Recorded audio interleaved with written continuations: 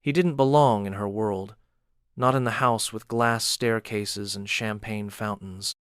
But as he scrubbed red wine from her floor at 3 a.m, she stood in the doorway barefoot, breathless, and whispered, "Please, don't go."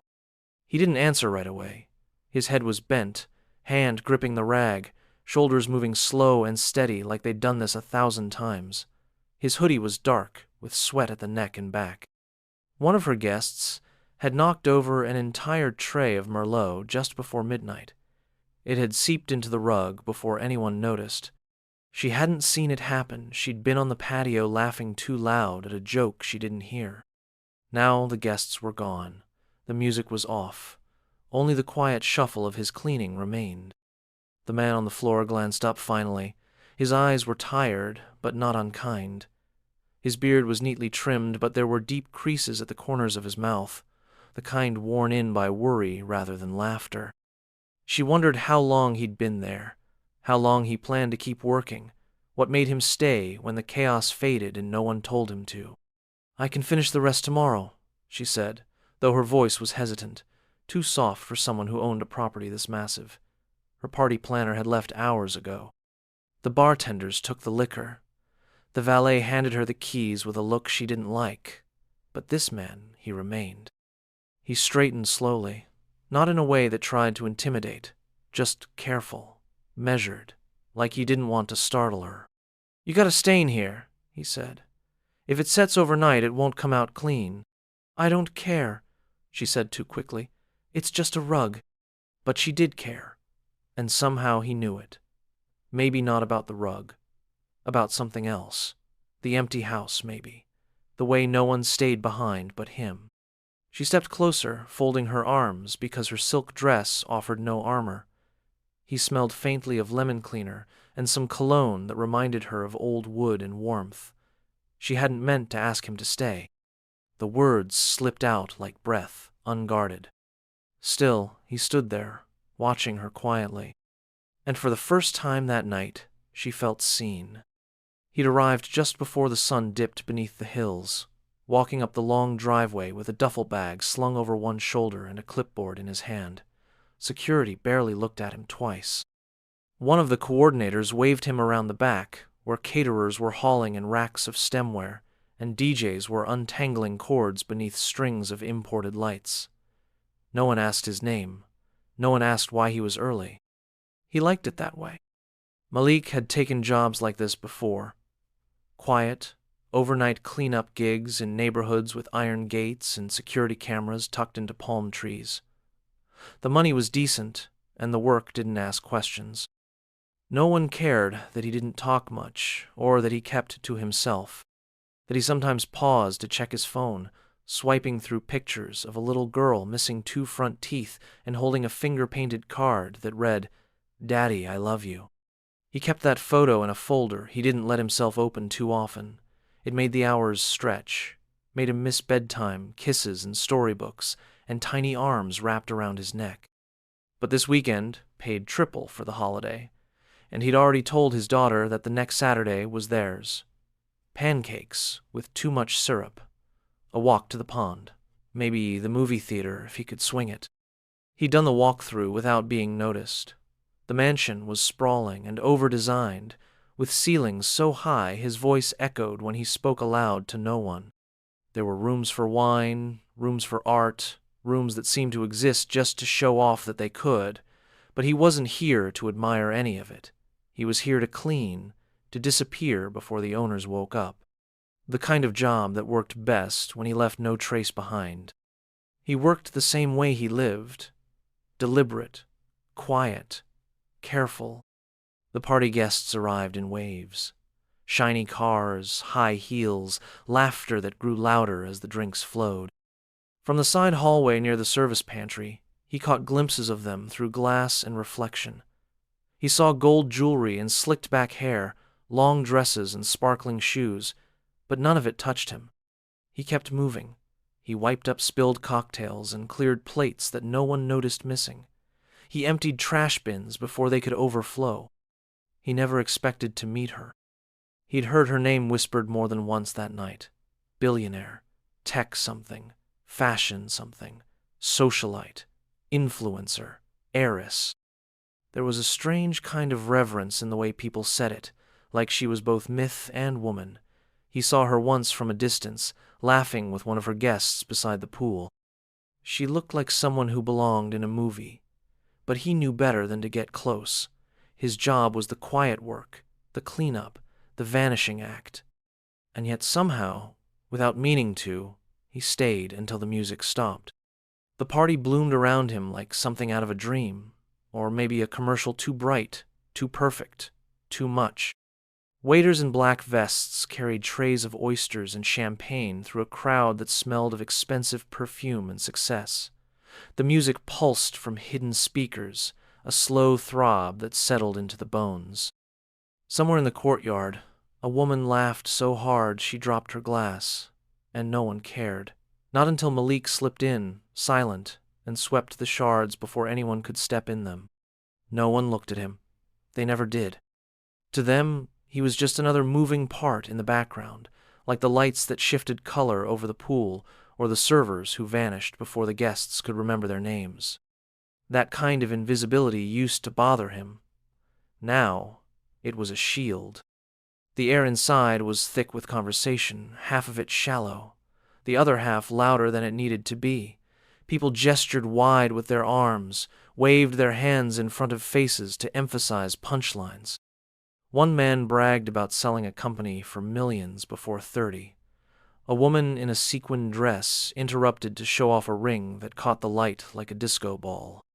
Everyone seemed to be waiting for someone to take their picture, even when no cameras were around. Malik stayed close to the walls, head down, gloves on. He moved from the entrance hall to the ballroom and back again, collecting empty flutes and refolding tossed linen napkins. He didn't mind the noise. It was temporary. The glitter always settled.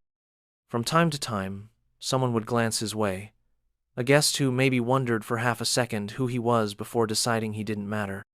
One woman with smudged lipstick tried to hand him her purse like he was valet, then laughed without apologizing when he stepped back and said nothing.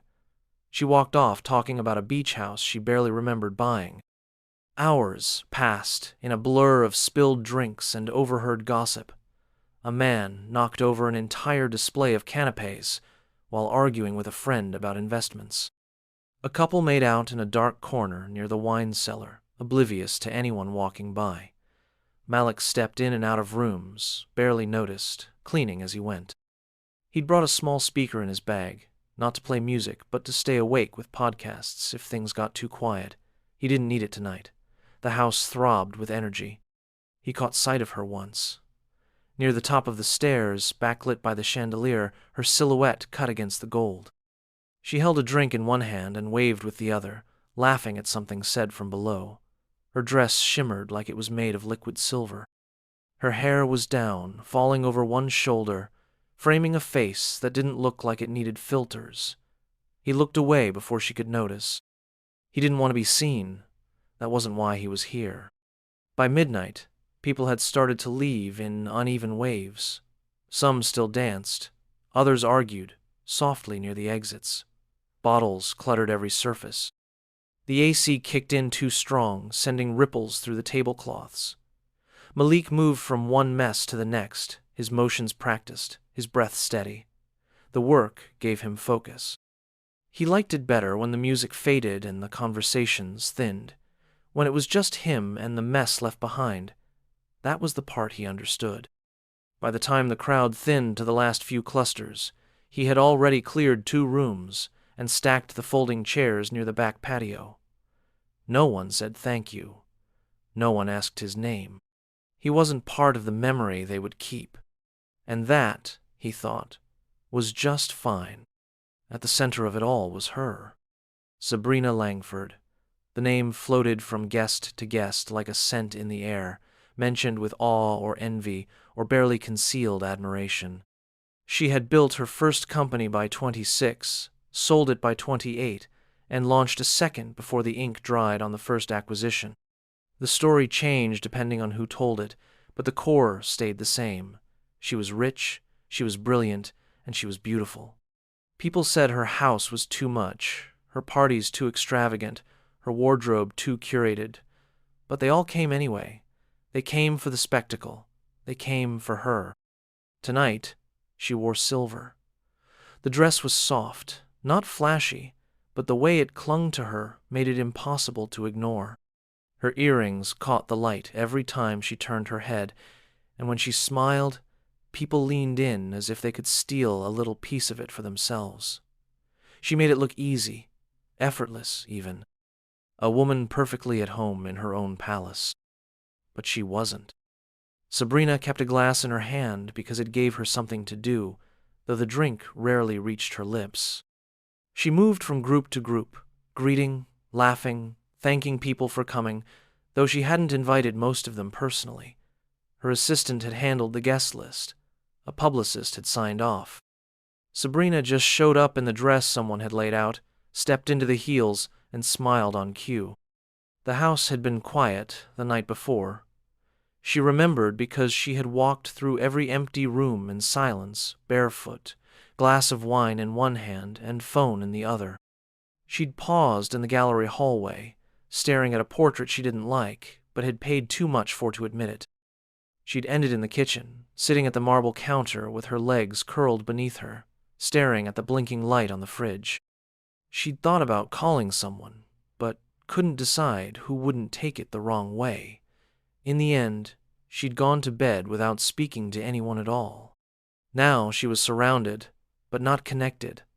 People laughed near her, but not with her. Conversations passed through her like smoke. She heard compliments that didn't mean anything. Men touched her arm too long. Women tried to impress her with names she should recognize.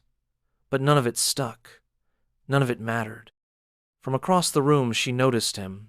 He was moving with a calm rhythm, clearing glasses, lifting plates, disappearing and reappearing in doorways like a tide. He didn't glance at anyone. He wasn't trying to fit in or stand out. He was just working. And that somehow struck her harder than all the practiced smiles she'd seen tonight. She watched him pick up a half-empty wine glass left on the stairs. He wiped the railing with a cloth pulled from his back pocket. There was something gentle in the way he moved, something that didn't match the clatter and chaos of the evening.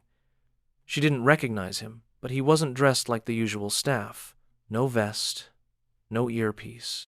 Just a hoodie, jeans, work gloves, and a patience she hadn't seen in a long time. Sabrina didn't say anything. Not yet. She just watched him as the night deepened, feeling something shift quietly inside her. It wasn't attraction, not right away. It was awareness, a contrast. The difference between all the noise she lived in and the quiet he carried like a shield. And for the first time in months, she found herself wondering what someone else's life might feel like. Not because she wanted to own it, not because she needed a distraction, but because there was a calmness to him she couldn't name. And she wanted to. She hadn't meant to cross paths with him. Not directly. She'd only been trying to breathe. The library was dark when she slipped inside, the door heavy and soundless behind her. It had been her father's favorite room before he passed, though the books had been chosen more by decorators than readers. She came here sometimes to escape the noise, to sit beneath the tall windows and press her bare feet into the rugs. For a while she stood in silence, eyes closed, fingers wrapped around the stem of her untouched drink. The silence settled over her like a coat. Then she heard the quiet clink of glass. She turned. He was crouched near the far wall, gathering a small collection of plates and cocktail napkins someone had left on the edge of a leather chair. She wasn't sure how he'd moved so quietly, but there he was, already halfway through the room before she'd noticed him. "You're not supposed to be in here," she said softly, more out of instinct than authority. He didn't startle. He stood slowly, balanced the stack in his hands, and looked at her. "Neither are you," he said. His voice was deeper than she expected. Calm, steady, not mocking her, just stating the obvious. For a moment, they stared at each other. Her dress shimmered faintly in the moonlight. His sweatshirt looked even darker in the shadowed corners of the room. She tilted her head. "You're not with the catering team." "No." Then what are you? Cleanup. She almost smiled. It wasn't the answer she expected, but it was clear he wasn't lying. There was something unshakable about him, something that made it hard to look away. She realized then she was still holding her glass. Though the drink inside had long since warmed, she set it down. Do you always clean like this, while people are still here? If I wait, it piles up. You're very efficient. He gave a nod, not arrogant, just acknowledging the truth. Do you have a name? She asked. Malik. She waited, but he didn't ask for hers. That intrigued her more than it should have. Well, Malik, this is my house. I figured. She took a few steps forward, arms folded across her chest, feeling the cool of the marble floor beneath her toes. You're different from the others. I'm not trying to be. That, more than anything, made her pause. Most people in her world tried too hard to be something they weren't. He didn't. He stood there, simple and unshaken, as if the house didn't belong to someone untouchable, as if she were just a woman in a pretty dress and not a headline. She turned away before she said something foolish. At the door, she glanced back once. He was already back to work. By 2 a.m, the last car pulled away from the circular drive. The music had stopped long before, but the echo of it still seemed to live in the high ceilings and glass walls. Sabrina stood at the second-floor railing, barefoot now, her heels abandoned by the piano. She watched the front doors close, the quiet settle like mist, and for a long moment she didn't move. She wasn't sure why she stayed awake. Usually, she would retreat the moment the guests began to thin out. She would slip into her room, shut the door, and let someone else deal with the mess. That was the rhythm of these nights. Create something dazzling, let it burn bright, then disappear before the smoke cleared. Tonight felt different. She walked slowly down the stairs, trailing her fingers along the railing. Below her, the rooms had been emptied of people, but not of their presence. There were lipstick-stained glasses abandoned on end tables, napkins bald and forgotten, a broken heel near the entrance, champagne spilled and dried on the edge of a velvet ottoman. In the middle of it all, Malik moved through the space with quiet precision. His sleeves were rolled up now, revealing forearms dusted with flour from where he'd wiped the counters in the kitchen. He carried a bucket in one hand, a rag in the other, and he didn't look up when she entered the room. She stood in the archway, watching him work. The television was off. The fire in the living room had long since burned out. It was just him, breathing slow, methodical, brushing crumbs from a low table into his palm. There was something meditative in it, like he wasn't just cleaning a room, but restoring order to a world that had briefly spun out of control. She didn't speak. She didn't need to. It was enough to watch him sweep away the night's chaos, one corner at a time. He moved to the window and adjusted a curtain that had come loose. Then he bent to gather a crumpled linen from the floor. Every movement was quiet, purposeful, like he wasn't in a rush to finish but knew exactly what came next. She took a step forward. He didn't stop working, but she saw the way his shoulders shifted. He knew she was there. You don't have to do all this alone, she said. His eyes met hers, unreadable. It's easier that way. Her voice softened. Why stay so late? He turned back to the bucket, wrung out the rag, and knelt by a dried stain on the marble. Because someone has to. There was no bitterness in it, no self-pity, just truth. She sat down on the stairs, tucked her legs beneath her, and rested her chin on her hand. For the first time all night, there was no crowd, no spotlight, no carefully crafted image to hold. Just a quiet house, a tired man, and a woman who suddenly didn't want to be anywhere else. She didn't know how long she sat there watching him. The minutes folded into each other without making a sound. The house, so loud just hours ago, now felt like it belonged to someone else entirely. Without the music, the laughter, the crowd pressing in, the rooms felt too big, too hollow. She hugged her knees, rested her cheek against them, and just watched. He didn't perform.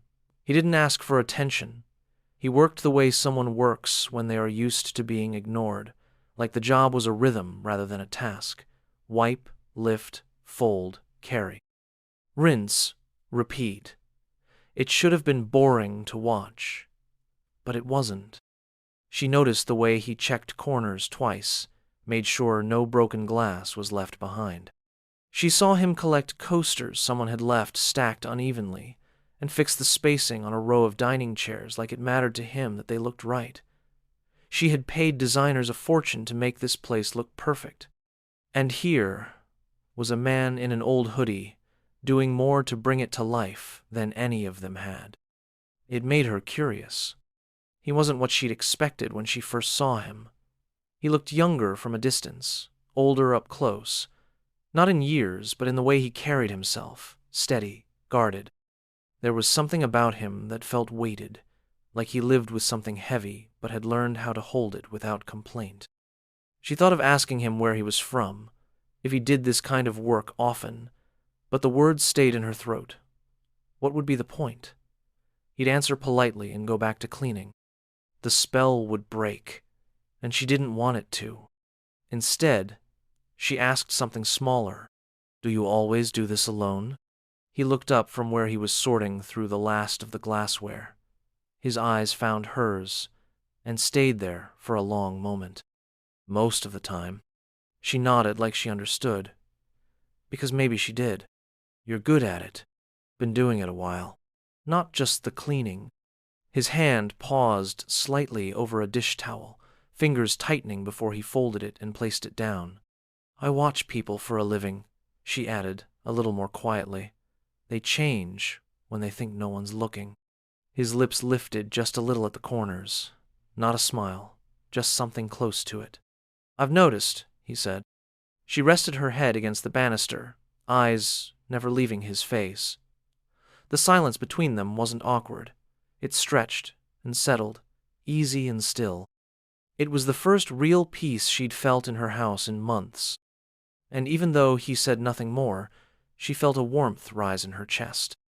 Because for the first time tonight, someone was choosing to stay. The clock in the hallway struck 3, but neither of them moved to check. The air had taken on that strange softness that happens in the earliest hours of morning, when time feels suspended and the world outside holds its breath. Sabrina had slipped from the stairs to the floor without thinking, her knees folded beneath her, arms wrapped loosely around her legs. Malik had settled across from her, not close enough to touch, but close enough that she could see the lines around his eyes. They didn't speak for a while. The room didn't need words. He'd finished most of the cleaning by then, but he hadn't left. She hadn't asked him to stay, not in those exact words, but something unspoken hung between them. A quiet agreement. Finally, she asked, Do you have kids? He nodded. A daughter. How old? 6, turning 7 in October. Sabrina smiled faintly. She must be cute. She's got her own opinions about everything. Wrote a letter to her principal because the school lunch had too much cheese. That pulled a real laugh from Sabrina. Not polite, not shallow, just honest. She sounds like she knows what she wants. She does. I'm just trying to keep up. He leaned back slightly, arms draped over his knees. His voice stayed low, but steady. Every word seemed weighed before it left his mouth, not from caution, but from care. She liked that. She didn't often meet people who spoke to her, like what they said mattered more than how they looked saying it. Her mom, she asked gently. Not around. He didn't say it with bitterness. It was just fact. Sabrina nodded, folding that into her understanding of him. That can't be easy. It's not, but it's clear. She understood what that meant, more than she wanted to admit. Her own world was filled with people who smiled wide and told half-truths. Clear was rare. I never wanted all this, she said after a moment, gesturing faintly toward the house. Not like this. I thought once I built something big enough, people would stay because they cared, but I think they just come for the sparkle. They come for what they think they can take. She met his eyes, and it stopped her. The way he said it. Not cruel, just honest. She leaned forward a little. You always talk like that? Like what? Like you see through people.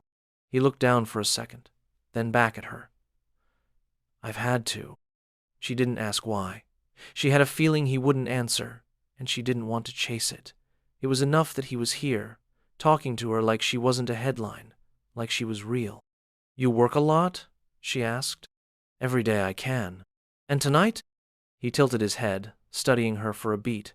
Tonight, paid well. That's the only reason you stayed? He hesitated, just long enough to let silence ask the question again. No, he said finally.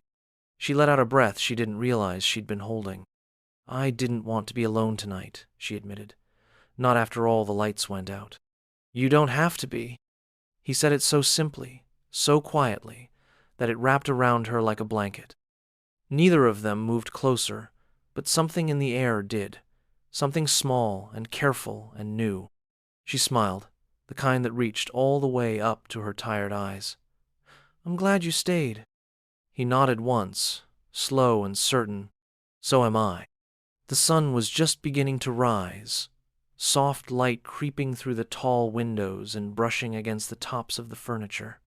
The house felt hushed, wrapped in that strange stillness that only comes after a night that tried to burn too bright. Sabrina stood at the threshold of the kitchen, arms folded, watching as Malik rinsed out a cloth for what must have been the last time. He didn't look tired, not exactly, just finished. Like he'd done what he came to do and was ready to disappear again as quietly as he'd arrived. She didn't want that. He picked up his duffel, swung it over his shoulder. The room felt heavier with that one motion, like a door closing. You're leaving now? She asked. He paused. Yeah, gotta get back before my daughter wakes up. She gets worried if I'm not there for breakfast. Sabrina nodded. It made sense. Everything about him made sense. And maybe that was what made it harder. I could have someone drive you, she offered, even though she knew he would refuse. He shook his head gently. I'm good. Bus stop's a couple blocks. She stepped closer. Not too close, but enough that he'd have to meet her eyes. He did. I don't want you to go. She said it plainly. Not like a command. Not like she was used to getting her way. Just the truth. It hung in the air between them, soft and vulnerable. His expression didn't change right away, but something in his stance shifted. Less guarded, less distant. I'm not someone who belongs in a place like this, he said. She shook her head. That's not true. You made it better, just by being in it. Malik looked at her for a long time, and in that silence she felt the weight of everything he wasn't saying. The life waiting for him, the daughter he loved, the world he moved through quietly because that was how he survived. She didn't ask him for promises. She didn't ask for anything he couldn't give. Just one thing. Will you come back? He looked down, then back at her. His voice was soft. If you ask me to. She nodded, heart beating harder than it should have been. Then I'm asking. He smiled, and for the first time all night it reached his eyes. The driveway was quiet when he stepped outside.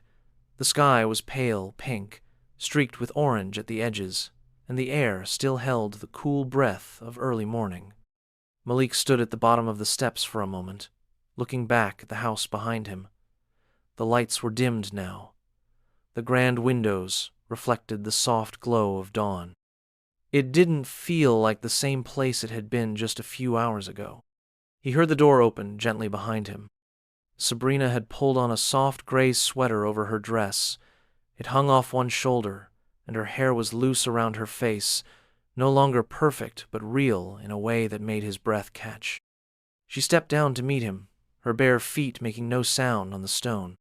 Do you want a ride? She asked. He smiled. Still got my legs. She nodded, then reached into her pocket and handed him something small, a folded piece of paper. My number, she said, in case you get tired of disappearing. He looked at it but didn't open it, just tucked it carefully into the pocket of his jacket like it was something worth holding on to. "I don't usually do this," she added. "I figured. But I meant what I said. You made this place feel grounded. For once." He didn't say anything at first. Then, softly, "It was nice, talking to someone who didn't want anything from me." She looked down for a moment, then met his eyes again. "Maybe I do." "What?" "I want to know more." He let the words hang there, then nodded. Not a promise, not a plan, just a yes for now. He stepped back onto the sidewalk. She stayed at the top of the stairs, watching him go. He didn't look back right away, just walked slowly, his steps steady and sure. But when he reached the end of the driveway, he did pause. He turned, gave her a look that was something between gratitude and something softer. She raised her hand, just a little, and he returned to the gesture with a nod before heading down the street, the city starting to wake around him. Inside the pocket of his jacket, the paper warmed against his side. Back in the house, Sabrina lingered at the door. She didn't feel tired, not in the usual way. She walked back through the quiet halls, stepping over cleaned floors and polished tables, and for once she didn't feel like she was walking through a set. She stood at the window and watched the light stretch across the floor. It wasn't a fairy tale. It wasn't perfect. But maybe, just maybe, it was a beginning.